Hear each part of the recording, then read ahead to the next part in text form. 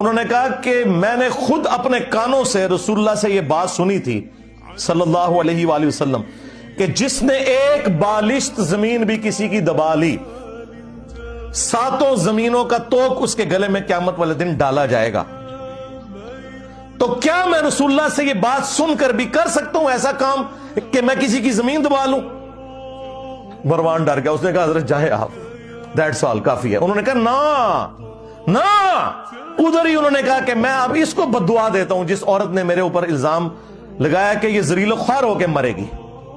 کچھ عرصے بعد وہ پاگل ہو گئی اور وہ اس کو کوئی اپنی ہوش نہیں ہوتی تھی، کس جگہ پہ وہ پیشاب کر رہی ہے، کہاں پہ وہ برنا پھر رہی ہے، اور کہتی تھی مجھے سعید کی بددعا لگی۔ اور ایک دن وہ اپنی سرزمین کے اندر ایک کنویں میں گری اور وہی اس کی قبر بن گئی۔ تو کرامات ہوتی ہیں، اس میں کوئی شک نہیں ہے اللہ کے نیک بندوں کی۔